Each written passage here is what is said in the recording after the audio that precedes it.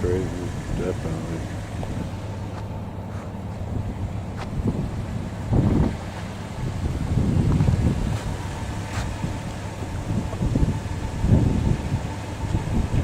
A Selenelion is a total lunar eclipse that occurs when both the sun and moon are visible above the horizon.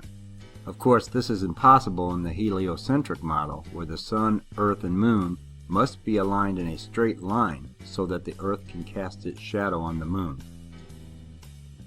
Science articles about them use words like impossible. This article from space.com includes the following phrases: a strange celestial sight traditionally thought impossible. An unusual effect, one that celestial geometry seems to dictate can't happen. Of course, then they go on to give their explanation of how this impossible event can happen after all. This illustration sums up the mainstream explanation quite nicely. As you can see, this happens because the Earth's atmosphere refracts light and the actual positions of the sun and moon are lower than they appear. Well then, that explains it. This guy's website says, some flat earthers observed the sun and moon appear at the same time during a total lunar eclipse. Predictably enough, they picked the most far-fetched explanation and conclude the Earth is not round. But in reality, this phenomenon is well documented and clearly explained. Well, first of all, it's not just flat earthers who have noticed this phenomenon, and our far-fetched explanation is actually the one that has the observational scientific evidence behind it. And nobody denies that the phenomenon is well documented. But let's find out if it's really clearly explained.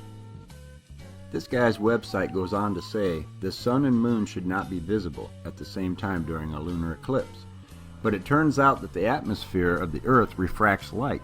As a result, the actual position of the moon is about half a degree lower than where it appears. And the same thing happens with the sun at the opposite point in the sky. So let's remember that half a degree discrepancy while we tweak this diagram a little bit. First, let's complete the circle of his Earth and put the sun and moon down here where they actually should be during a total lunar eclipse. Next, we'll get rid of his 50-mile tall guy and replace him with something more appropriate for this scale. And let's go ahead and put in a horizon line for our new smaller guy. He cannot see a single thing below this red line because people cannot see around a ball Earth or through a ball Earth. How's that projected refraction theory holding up on the plausibility meter now that we're seeing it a lot closer to the actual story we've been told? It's a little harder to wrap your head around it when the apparent sun and moon are being projected 6,000 miles up around a ball instead of the few miles this guy's diagram shows, right? And what was that he was saying about the actual moon and sun being only a half a degree lower than the apparent moon and sun? Yeah, he was about 43.5 degrees off. But we know the globe proponents will say that I haven't drawn the sun, earth, and moon to scale, and so my analysis doesn't count. Of course, this guy's diagram is just fine because it supports the mainstream narrative, right? Let's not worry about the fact that refraction of this nature has never been scientifically verified. Sure, we've all seen the mirages on a hot road and the upside-down boats on top of the original boat, but nobody has ever witnessed a reflection, refraction, or mirage of something that couldn't itself also be seen at the same time.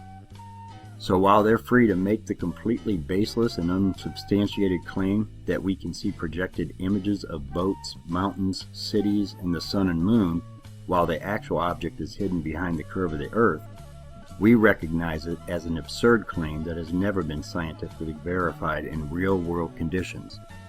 We know from observational evidence that these atmosplenic distortions only occur when the actual object is also within our sight. Anyway, while looking at this visual illustration of how Selenelions work on a globe, let me give you the irrefutable proof that they can't.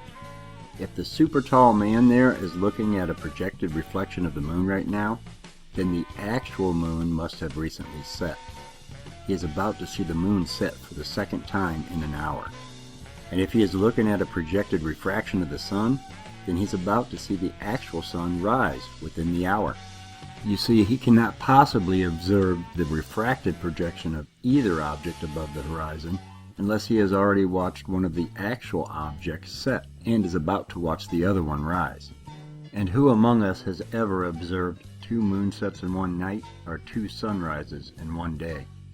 So while I finish my video with this Selenelion footage, try to pinpoint the exact moment when the real moon sets and we begin to observe the refracted image moon. And remember that the real moon must be passing through the umbral shadow of the Earth before we see the shadow on the projected image moon, which means the real moon set a long time ago. Now ask yourself if you really believe that crap. Now it's time to talk about the impossible Selenelion eclipse, which is where this series was always headed. Of course, it's no secret that Selenelion eclipses are geometrically impossible. A quick Google search will bring up all kinds of sources, including NASA, talking about some upcoming impossible Selenelion. And this is what that Space.com article says. But wait, how is this possible? When we have a lunar eclipse, the Sun, Earth, and Moon are in a geometrically straight line in space with Earth in the middle. So if the Sun is above the horizon, the Moon must be below the horizon and completely out of sight, or vice versa. And indeed, during a lunar eclipse, the Sun and Moon are exactly 180 degrees apart in the sky. So in a perfect alignment like this, a syzygy, such an observation would seem impossible. But it is atmospheric refraction that makes a Selenelion possible. Atmospheric refraction causes astronomical objects to appear higher in the sky than they are in reality. Ah, the obligatory appeal to refraction once again.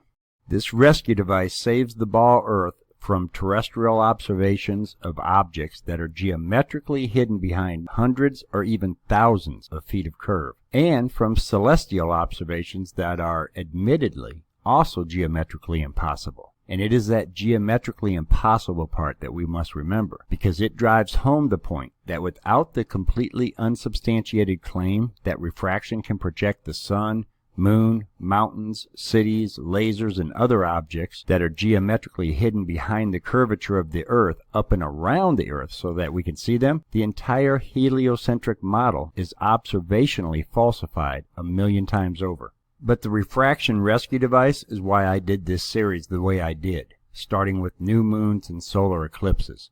Because whatever degree refraction can lift a full moon up and around the horizon, it can lift a new moon, right? Let me try to make this illustration at least a little closer to heliocentric's version of reality. So this is my not-to-scale version of the Sun, Earth, and eclipsed peak new moon in what that NASA article called a geometrically straight line in space, exactly 180 degrees apart in the sky, and a perfect syzygy alignment. And their explanation for Selenelions is that atmospheric refraction causes astronomical objects to appear higher in the sky than they are in reality. The idea is that although this Sun, Earth, and Moon are in a geometrically straight line in space, we see the Sun and Moon in their higher refracted positions. But if that were true, then the same would apply for this solar eclipsing peak new moon, where the Sun, Earth, and Moon are also in a geometrically straight line in space. So if Middle Earth guy over here can see the eclipsed peak full moon straight above his head, while Terminator guy can see the refracted versions of the Sun and that same eclipsed moon on his horizon, then Middle Earth guy over here can see the eclipsed Sun at high noon, while Terminator guy 6,000 miles away can see the refracted version of that same eclipsed Sun on his horizon. But our resident globe proponents have assured us that it would be a minimum of 54 minutes after peak new before Terminator guy could see the eclipsed sunset. And based on the actual solar eclipse observations I've shown in previous videos, it seems to be closer to a 2-hour time difference in many cases. There is still so much more to say on this subject, but while we let this part sink in and anticipate the but explanations from the ball earthers, let me finish with some footage from Ron Hagberg that many of you have already seen. Ron shot this footage from Chipley, Florida on January 31st, 2018. On that day in Chipley, the moon set at 6:34 and the sun rose at 6:34. So both sun and eclipsed moon were on, or at the very least at, the horizon at the same time. So here's Ron on the Terminator line in Chipley, Florida, and here's his Sun, Earth and eclipsed moon in a geometrically straight line in space, 180 degrees apart in the sky, in a perfect syzygy alignment. And Ron is able to experience both sun and eclipsed moon on his horizon because he's actually seeing them in their refracted positions, right?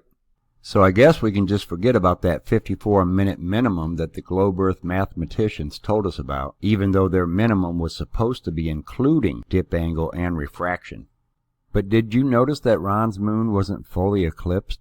It was in the process of eclipsing, from the top down no less, at the time it set in Chipley. So let's add in the Earth's umbra, which is said to be 2.6 moon diameters wide at the point the moon crosses it, and see how that works in this view. As it turns out, Ron's moon set at 6:34 in Chipley, 52 minutes before peak full moon, which wasn't until 7:26 a.m. Ron's time. So the reason Ron's moon was only in the process of becoming eclipsed when it set is that the actual position of the moon at that time wasn't here, but here.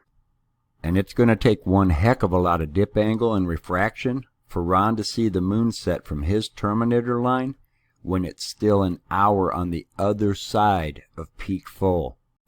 But what if there is a way to eliminate their baseless dip angle and refraction rescue devices? I'll take those on in my next video. Thanks for watching, and thank you Ron Hagberg for this globe-crushing footage that you shot.